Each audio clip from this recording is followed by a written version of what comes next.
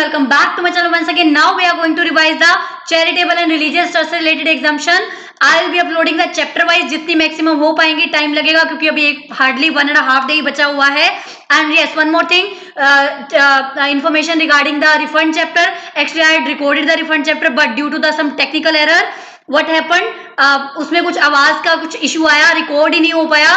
Video थी but उसमें voice ही नहीं थी, तो वो मैं अपलोड ही नहीं कर पाई. आई विल बी ट्राइंग कि मैं कल अपलोड करके डाल दूं इन केस मुझे टाइम मिलता है तो. And yes, offences and penalty का चैप्टर, डू नॉट वरी, वो मैं आपको लर्न करवा दूंगी, वो मैं डेफिनेटली डालने वाली हूँ. चलिए अब फटाफट से करते हैं स्टार्ट. सेक्टर वाइज लर्न में कराऊंगी, ध्यान रखना, टाइम वेस्ट नहीं करना है. अरे पब्लिक हेल्थ केयर में क्या क्या आएगा, टिक, अरे नहीं, they are not going to ask you अरे लिखो लिखो लिखो लिख के बताओ what are the charitable activities. नहीं, यू हैव टू रिकॉल कि इन केस ये एग्जाम है, ये एग्जाम नहीं है, ये एग्जाम है, ये एग्जाम नहीं है. मतलब अगर एग्जाम में आपके पास लिखा हुआ आ रहा है, you have to recall. In case you have seen in the exam, तो आपके माइंड में क्लिक करना चाहिए, यस दैट इज एग्जाम्प्टेड. उसके लिए आपको अंडरस्टैंड करना जरूरी है एंड रिटेन करना जरूरी है, रादर देन रट्टिफिकेशन. रट्टा हमने नहीं लगाना है. चलिए करते हैं start, but do not worry, learn मैं आपको करवा दूंगी. फिर भी क्या कह रहा है, चलो देखते हैं. व्हाट आर द अब क्या पढ़ रहा है, services provided by the charitable and religious trust. Services provided by the charitable and religious trust are exempted. अगर services provided to the charitable and religious है तो एग्जाम नहीं है. ये बात ध्यान रखना, मैं बार बार पूछने वाली हूँ. अगर services provided bye charitable religious है तो एग्जाम्प्टेड है, टू चैरिटेबल रिलीजियस है तो एग्जाम नहीं है. वो भी कब कब है अभी हम देखने वाले हैं. Two condition must be fulfilled. क्या होना चाहिए, नंबर 1, एंटिटी होनी चाहिए 12AA और 12AB में रजिस्टर्ड. यहाँ पे एक अमेंडमेंट एक्चुअल में इनकम टैक्स में आया था सेक्शन 12AB, तो यहाँ पर भी वो इंसर्ट कर दिया गया है. क्या क्या होनी चाहिए कंडीशन फुलफिल, नंबर 1, वो entity which are registered in the 12AA और 12AB प्लस वो क्या करनी चाहिए, entity must carry out the charitable activity. मैंने अब तक क्या बताया, रिकॉल करो आंखें बंद करके. Services provided by the charitable and religious trust, service provided by the charitable and religious trusts are exempted, but service provided to the charitable and religious are not exempted. What do you mean by the charitable and religious trust? मतलब that are the trusts which are registered under 12AA plus 12AB, either of the section में registered हो plus charitable activities को conduct करता हो. What are the charitable activities, क्या अब हम देखने वाले हैं. What are the charitable activities, अगर वो प्रोवाइड की गई है तो वो एग्जम्प्टेड है. ध्यान रखना, हम सर्विसेज का पढ़ रहे हैं. अब चैरिटेबल एक्टिविटी किसके से रिलेट करती होनी चाहिए, नंबर 1, ऑब्वियस सी बात है, जब भी आप चैरिटी करने के लिए सोचते हो, first come to you mind, मैं जनरल पब्लिक की हेल्प करना चाहता हूं, तो चैरिटी में क्या आ जाएगा, पब्लिक हेल्थ. पब्लिक हेल्थ का कैसे ध्यान रखा जाए, पब्लिक हेल्थ में तो ऑपरेशंस भी आएंगे, बहुत सारी चीज आती हैं. पब्लिक हेल्थ में क्या क्या है जो आप करोगे तो चैरिटेबल में कवर है. पब्लिक हेल्थ में कवर है केयर या काउंसलिंग कर रहे हो आप. क्या कर रहे हो, you are doing the care and counselling. किस किस का, टर्मिनली इल पर्सन का विद द सीवियर फिजिकल और मेंटल डिसेबिलिटी. क्या कर रहे हो, सीवियर और mental disability. Second person affected with the HIV AIDS, या फिर third person which are addicted to the narcotic drugs और अल्कोहल. सिंपल सी बात, what we have studied, services provided by the charitable and religious activity are exempted, services provided to the charitable and religious are not exempted. Now what we have to study, entity must be registered under 12AA और 12AB. First entity must be registered plus. Second thing, it should provide the charitable activities. कौन सी charitable activity होनी चाहिए, जो provide करी है, अगर वही है जो नीचे mention है, in case the activities that are mentioned below, वही वाली activities charitable वाली exempt होंगी. Other than that provide किए that are not exempted. Now the question arise, what are those activities? सबसे पहली बात, चैरिटी का मतलब आता है हमें जनरल हेल्प करनी है, सबकी जनरल पब्लिक की हेल्प करनी है. पब्लिक की हेल्प कैसे करोगे, by helping in their health maintenance. Health कैसे मेंटेन करनी है उनकी, सबसे पहले केयर और काउंसलिंग कर रहे हो आप. किसकी केयर काउंसलिंग कर रहे हो, सबसे पहली बात, किसकी केयर काउंसलिंग कर रहे हो, टर्मिनली इल पीपल है जो फिजिकली सीवियर, मेंटली या फिजिकली डिसेबल्ड है. सेकंड चीज, फिजिकली मेंटली डिसेबल्ड है, that are the people, HIV वाले पीपल. थर्ड पीपल वो जो नार्कोटिक ड्रग्स या अल्कोहल से एडिक्टेड हैं. पहली बात, जो इन चीजों से जूझ रहे हैं, you will be giving the care and counselling for the same. But जो ऑलरेडी नहीं है इन चीज के अंदर, उनको आप क्या करोगे, उनको आप क्या करने वाले हो, अवेयरनेस करने वाले हो. पब्लिक अवेयरनेस करोगे by preventing the health, family planning, prevention of HIV functions. ध्यान रखना, प्रिवेंटिंग क्या क्या कर रहे हो, हेल्थ के regarding, family planning plus prevention of HIV infection. What we have studied public health. By way of public health में क्या मैं क्या ऑपरेट करा दूं तो भी मैं सही हो जाऊंगी, तो भी मैं क्या मानी जाऊंगी, चैरिटेबल एक्टिविटी प्रोवाइड करी नहीं. पब्लिक हेल्थ कैसे करनी है, पब्लिक हेल्थ की कैसे करनी है, केयर काउंसलिंग कर सकते हो आप. किसकी, टर्मिनली इल, फिजिकली और मेंटली डिसेबल्ड हैं जो HIV वाले हैं, या फिर जो नार्कोटिक से अल्कोहलिक से एडिक्टेड हैं. थर्ड, सेकंड चीज और क्या कर सकते हो, पब्लिक अवेयरनेस कर सकते हो. जो लोग इनसे नहीं जूझ रहे उनको किसके लिए, हेल्थ के रिगार्डिंग अवेयरनेस कर सकते हो, HIV के रिगार्डिंग अवेयरनेस कर सकते हो, और फैमिली प्लानिंग के रिगार्डिंग अवेयर कर सकते हो. उसके बाद कैसे याद रखना है और क्या क्या एक्टिविटी है, एक बात बताओ. दो चीजें, बच्चे और बूढ़े दो चीजों के रिगार्डिंग हम काम करना चाहते हैं. हम चैरिटेबल एक्टिविटी करना चाहते हैं तो या तो हम बच्चों के लिए करना चाहेंगे या फिर हम बड़ों के लिए करना चाहेंगे. याद करने का तरीका बता रही हूं मैं. बड़ों को क्या चाहिए होता है, बड़ों को चाहिए होता है religion spirituality yoga. religion spirituality yoga. In case you are doing the activity related to religion spirituality and yoga, then also these activities are the exempted, provided this must be provided by the 12AA 12BB 12AB वाली entity. Second thing, advancement of educational program skill development. Educational program skill development. अब एक बात बताओ, educational program skill development पूरे India को दे दूं मैं एग्जाम हो जाऊंगी नहीं. कुछ specific, what are the specific, वो होना चाहिए अबंडेंट ऑर्फन होमलेस चिल्ड्रन, मतलब जरूरतमंद, abandoned orphan homeless children. Second, जो फिजिकली और मेंटली अब्यूज है, ट्रॉमेटाइज पर्सन है.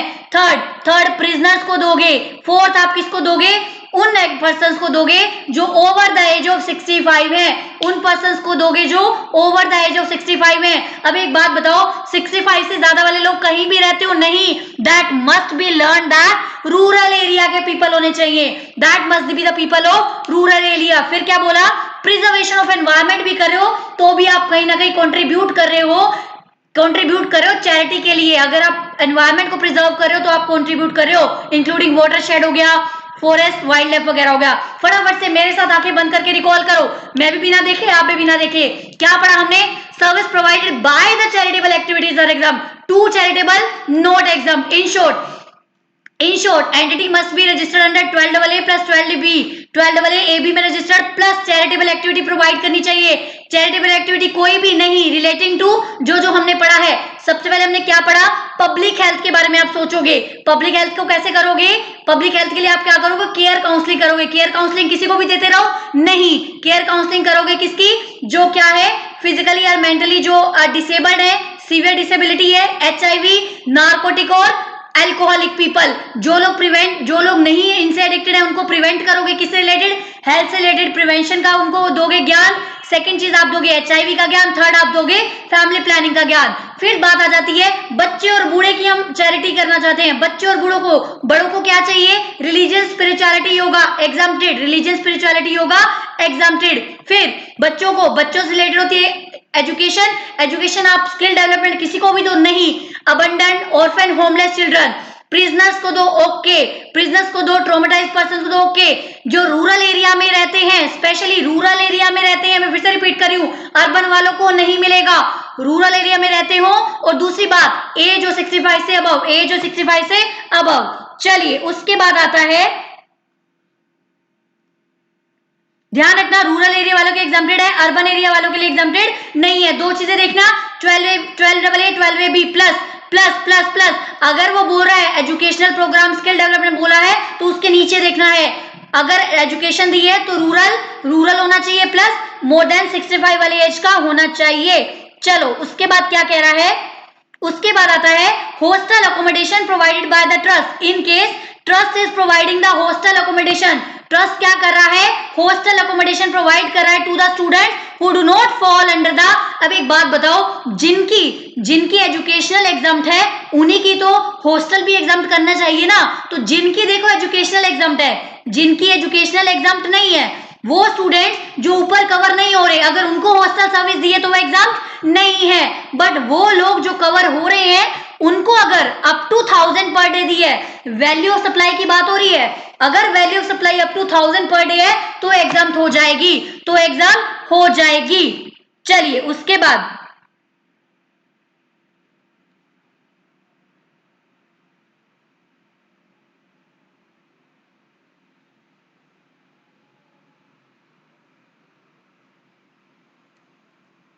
अब एक चीज और ध्यान रखना, नट शेल में बता रही हूँ सो दैट आपको लर्न रह सके। क्या कह रहा है, services provided by the Haj committee, KM Kalyan Mandapam, Vikas Nigam and relation in relation to किसकी होनी चाहिए, पिलग्रिमेज होनी चाहिए टू कैलाश मानसरोवर। अगर ये है तो that are not liable to GST. Simple सी बात, कौन प्रोवाइड करना चाहिए, हज कमेटी केएमवीएन, हज कमेटी केएमवीएन। फिर किसके रिलेटेड होनी चाहिए, pilgrimage to Mecca and the Kailash Mansarovar, इनसे रिलेटेड है तभी एग्जाम है, पीछे वाला मत पढ़ना, इसी को एलैबोरेट करके बताया गया है। उसके बाद आ जाता है arranging the yoga and meditation camp. एक बात बताओ, आपने योगा मेडिटेशन कैंप लगाया था, योगा मेडिटेशन कैंप लगाया था, अब लोग दूर दूर से आपका कैंप अटेंड करने आ रहे हैं, तो आप उनको क्या करोगे, उनको रहने के लिए भी कुछ दोगे, you will provide them food also.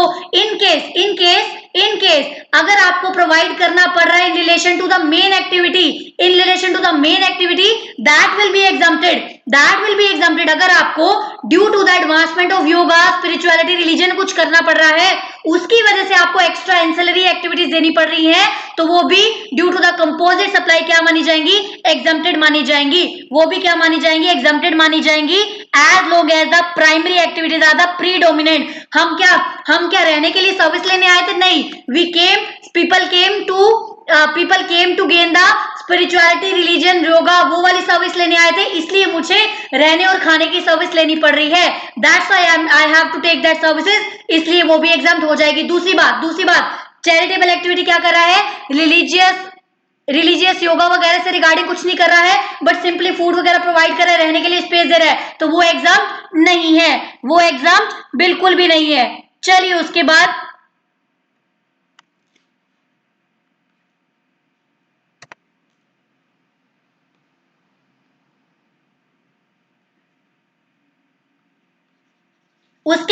अगर hospital manage by the charitable trust है, इन केस चैरिटेबल ट्रस्ट क्या करता है, चैरिटेबल ट्रस्ट का मतलब जो 12AA 12AB में रजिस्टर्ड हो और वो हॉस्पिटल मैनेज कर रहा है, तो exemption available to health care services. अभी हम पढ़ने वाले हैं, जो हेल्थ केयर से रिलेटेड एग्जाम्पशन है वो इसको भी एप्लीकेबल हो जाएंगी। मतलब जो हेल्थ केयर से रिलेटेड सर्विसेज है, अगर चैरिटेबल ट्रस्ट हॉस्पिटल रन कर रहा है तो इसको भी वो एग्जाम्पशन मिल जाएगी। उसके बाद ध्यान रखना, एक बात इंपॉर्टेंट पॉइंट आता है, ट्रेनिंग और कोचिंग और रिक्रिएशनल एक्टिविटी। अगर जो रिक्रिएशनल एक्टिविटी है उसमें आप ट्रेनिंग और कोचिंग दे रहे हो, अगर आर्ट या कल्चर से रिलेट करती है, आर्ट या कल्चर से रिलेटेड ट्रेनिंग या कोचिंग एक्टिविटी है, ट्रेनिंग या कोचिंग किसकी है, रिक्रिएशनल, आर्ट या कल्चर से रिलेटेड है तो कोई भी दे एग्जाम्प्टेड है, आर्ट या कल्चर से रिलेट करती है तो कोई भी दे एग्जाम्प्ट है, बट अगर वो स्पोर्ट्स से रिलेट करती है तो सिर्फ 12AA 12AB वाले देंगे तभी एग्जाम्प्टेड है। ध्यान रखना, आर्ट और कल्चर से रिलेट है तो कोई भी दे तो एग्जाम्प्टेड है, अगर स्पोर्ट्स से रिलेटेड है, कौन सी एक्टिविटी, अगर ट्रेनिंग और कोचिंग दी जा रही है स्पोर्ट्स से रिलेटेड, ट्रेनिंग और कोचिंग दी जा रही है स्पोर्ट्स से रिलेटेड तभी एग्जाम्प्टेड है जब 12AA 12AB वाले देंगे। चलिए यहाँ पे फिनिश होती है हमारी चैरिटेबल एक्टिविटी। अब आ जाइए रिलीजियस एक्टिविटी, फटाफट से आ जाइए, रिलीजियस एक्टिविटी क्या कह रहा है,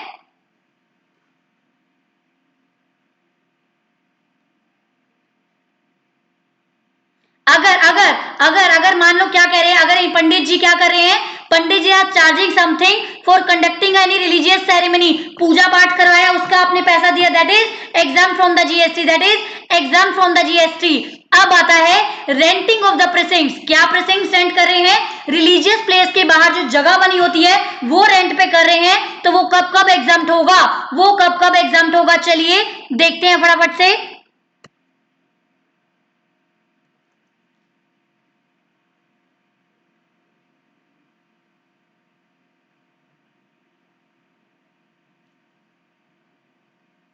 मैं एक मिनट लास्ट में निकाल लेती हूँ सो दैट वहां से फटाफट रिवाइज हो जाए, इसमें कुछ खास नहीं है।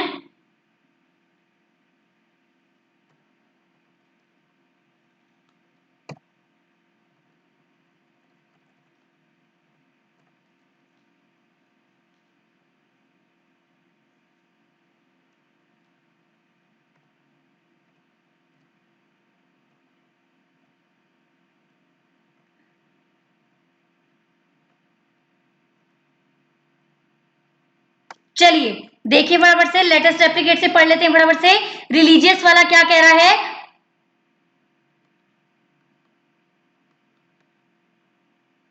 चलिए रिलीजियस के केस में क्या होगा, इन केस आप रूम का रेंटिंग ऑफ रूम दे रहे हो, रूम को रेंट पे दे रहे हो, अगर आप चार्ज कर रहे हो 1000 और पर डे 1000 और मोर पर डे, ध्यान रखना रिलीजियस सेरेमनी के केस में आप ये बात याद रख लो, आप क्या कर रहे हो 1 रुपीज का आप मत्था टेक कर आ रहे हो, 1 रुपी का आप मत्था टेक के आ रहे हो, बचे हुए तक एग्जाम्प्ट है। तो क्या बोला, अगर आप रेंट चार्ज कर रहे हो रूम का, अगर वो रूम का रेंट 1000 भी है पर डे तो भी वो टैक्सेबल हो जाएगा, 1000 भी है तो टैक्सेबल हो जाएगा, मतलब एग्जम्प्टेड अप टू 999 तक, एग्जम्प्टेड अप टू 999 तक। अगर आप चार्ज कर रहे हो रेंटिंग ऑफ प्रीमाइसेस, प्रीमाइसेस का रेंट, कम्युनिटी हॉल्स वगैरह दे रहे हो फॉर कंडक्टिंग द सेरेमनीज, तो अगर आप 10,000 भी चार्ज कर रहे हो दैट इज ऑल्सो टैक्सेबल। 10,000 9,999 तक एग्जाम्प्ट है, 9,999 तक एग्जाम्प्ट है। अगर रेंटिंग ऑफ शॉप्स वगैरह दे रहे हो तो 10,000 भी चार्ज कर रहे हो that is also taxable per month, अगर 10,000 भी है